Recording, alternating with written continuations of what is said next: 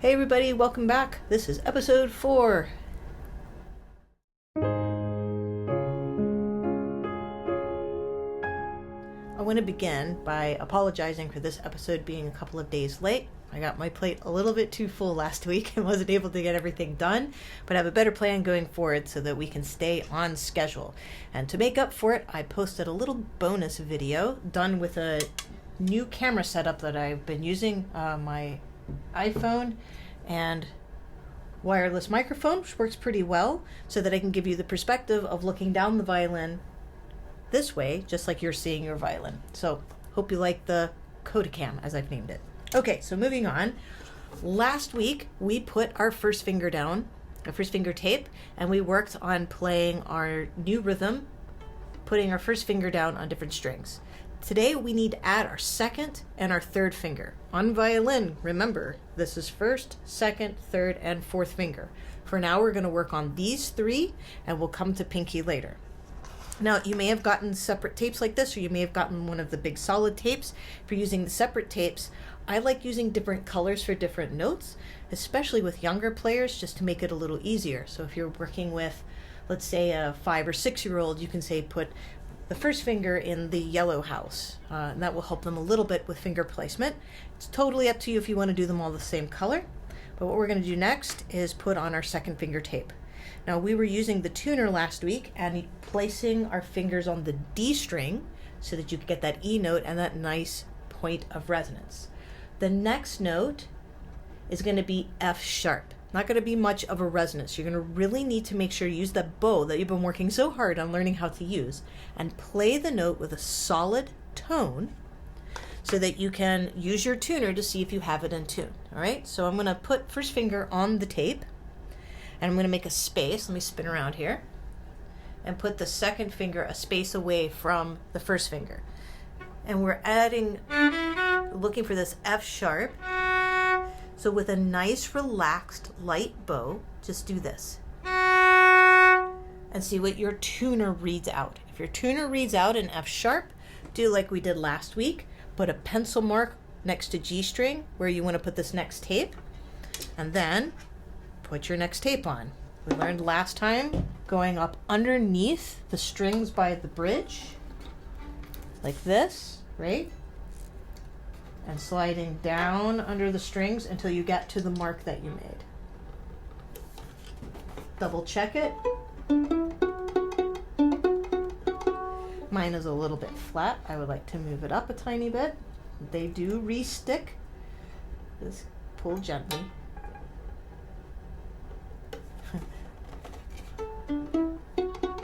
All right, so we got second finger tape on. If you need a review of a slower process of how to get your tapes on, please review last week's episode. And I go through it very slowly with the tuner, okay? And you may have already done this. Let's go ahead and get third finger on. D, E, F sharp, G. G is a point of resonance, so you will get a ringing tone if your third finger is in this perfect spot. Has a nice ring. We talked last week about sympathetic tones and how they help violinists learn how to hear things in tune, but also hope you do things like this, putting the finger tapes on. All right, last stripe is going to be blue for my violin. These colors have nothing at all to do with the colors on the sheet music. This is purely just for your own fun, to have the tapes have different colors. The color coding on the music is by the string until you learn to read your own notes so that you know exactly where you are putting your fingers. All of the music has been uploaded onto my website. The link is in the video description. All right, now that we have our 3 finger tapes on, let's go ahead and learn the rest of our song. A quick side note, as we progress through the episodes, you will notice that the finger tapes will not be on my violin. I've only put them on today just to help get you started, so you have a clear visual of what I'm doing with my fingers, but from now on, I'm going to play without the tapes. This does not mean that you have to. Use the tapes as long as you need to get started. You want your intonation to be nice. We will have some exercises that'll give you going forward that'll help you practice playing in tune and get away from your reliance on the tapes. So moving on. Last week, we started with open A string and played our rhythm, Mississippi Hot Dog. Then we moved to E string, played the rhythm, put first finger down and played the rhythm, right? So we have our first finger figured out. Let's go ahead and put this together as a musical phrase and add some of the other fingers, okay? I'm going to call this musical phrase bread. Because next week, we're going to build a musical sandwich. I'm hungry already. All right, so here we go. We're going to start with our Mississippi Hot Dog rhythm on the open A string. Seesaw the bow to the E string, play a rhythm there. All right, this should be a review so far. First finger on the yellow tape. Ready, go. Bring the finger up. Ready, go. Nice work. What's going to be new is we're going to bring our elbow and hand over slightly so my fingers stay curved. I'm going to put 1 on the yellow tape, the first tape, space to our second finger and to our third finger. Now you want to try to keep your hand relaxed. Don't let it crunch in or your wrist turn in this way. I know some of the student violins require a bit of pressure to get them to make a clear note. Now, hopefully you went to some of the places that I recommended and got yourself a really nicely set up violin. But if you're working on one of those violins where the setup is too high, yeah, you might have to sink in there. But use the weight of your hand coming into the violin rather than squeezing with your hand. Not only can you increase the odds of a repetitive motion injury here in your wrist, you're not going to have the agility you need, okay? Please believe me. I promise. I'm not going to mislead you here. So 1, 2, and 3. Get our third finger down on the A string.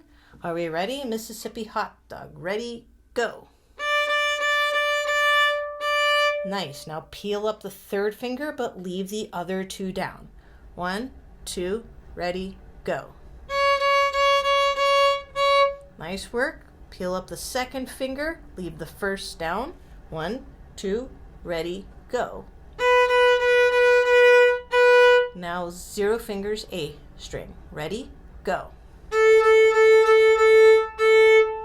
Let's go ahead and put all of that together. Here we go. First 2 lines, we start with open A. 1, 2, ready, go. E string, ready, go. First finger, ready, go. 0 fingers, ready, go. Nice work. Get all 3 on the A string. 1, 2, 3. Got them all down. All right, ready, go. Pick up your third finger. Ready, go. Pick up your second finger. Ready, go. Pick up your first finger. Ready, go. Nice work. You've got the first 2 lines of Mississippi Hot Dog. Doing a great job. Now, a common question that I get is, do you have to put all of your fingers down? Well, yes and no. The last finger down is the one that's choosing the note. So if I only put my third finger down, that's all you're going to hear. You're going to hear my third finger. These other fingers won't matter. But why do we do this all down instead of this? Well, there's a couple of good reasons. One, this just actually adds more tension to your hand. It also means more movement, so less speed. If I have my fingers down on the string like this, when I don't need them anymore, I can peel them away. I'm not squeezing super hard, but they're set and ready, okay? If I have to put it down and then pick this finger up, that's an additional movement, which slows you down.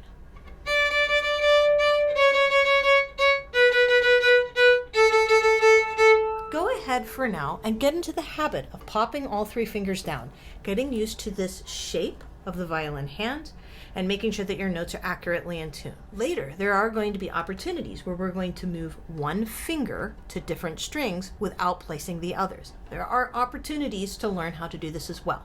I would like you for now to start with this nice hand shape. All right, I'm going to play this bread one more time, but I'm going to play it straight through without stopping. Mississippi hot dog. 1, 2, ready, go.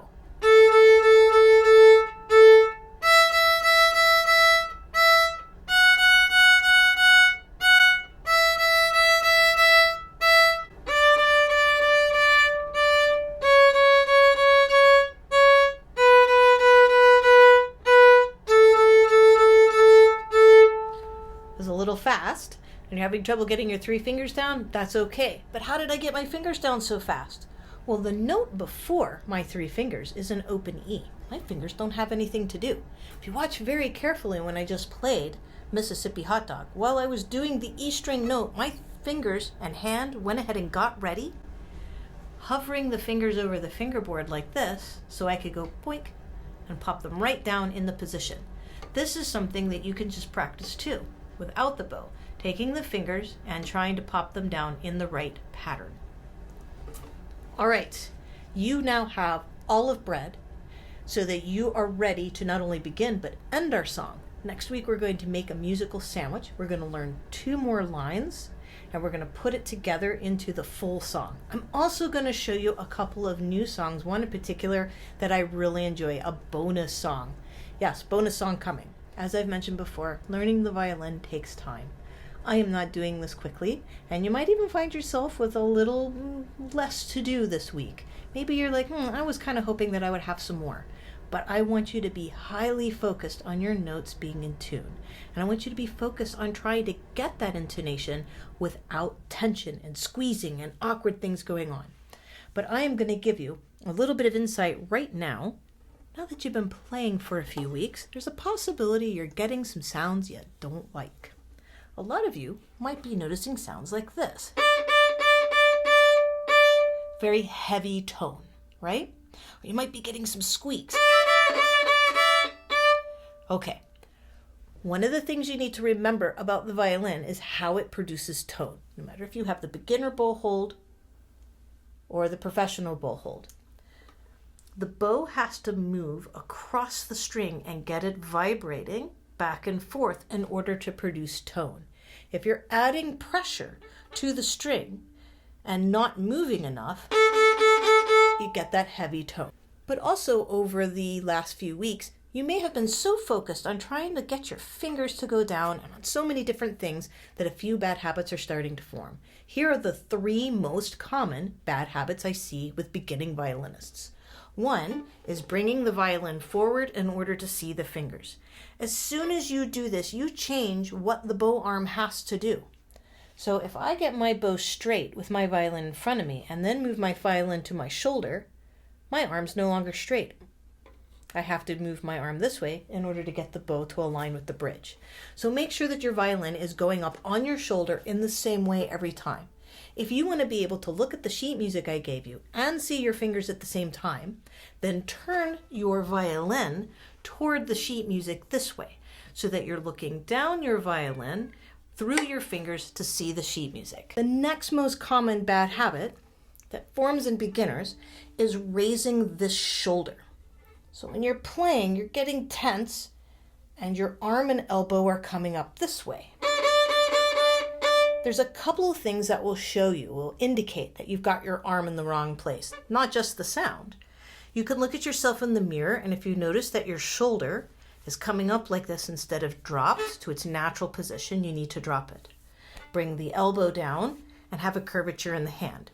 Another way you can tell if you have your arm too high is that you're unable to comfortably bend your thumb under the bow, and you find yourself in this awkward reach trying to get your fingers to do all of these things. Okay? Watch for your right shoulder and keep it relaxed. I promise that at first it is difficult to control your bow this way, but in the long term, as soon as you open up your arm and your elbow and wrist learn how to work together to keep the bow straight, you will have a better tone. The third most common mistake is a square bow hold. I see students do this a lot, where they're trying to get their fingers perfectly square across the bow and their thumb is turned funny, fingers are pulled up, and everything is very square. This is not how your hand is designed. If you might remember in our bowing video, I showed you that your bow is actually going to be at an angle in your hand. We're going to have that pronation of the hand where it's leaning toward this first finger a little bit. I'm not pushing in, but I've got a little bit of a lean because that is the natural shape of my hand. Your thumb should be on the tip, should be here. But watch out for pulling your fingers up or trying to square your hand up too much. If your pinky's doing something funny, address your hand shape so your pinky can perch very lightly on top. Also make sure that you haven't straightened out your thumb, causing your fingers to do this. Any of this tension is going to lead to that straining bow sound that nobody likes. We need to have a soft approach to the bow. If you find it too much to do in one practice session, go back and forth. So maybe one day can be a bowing day and you're focused on getting your bow just right. And the next day could be a left hand day where you're focused on getting your left hand shape. At some point, you will develop the ability to think about both hands at the same time. After a while, you won't even have to think about it at all. Your hands will just remember what to do. So take your time, practice only on the days that you eat, and I will see you next week so that we can make our musical sandwich. Have a great week.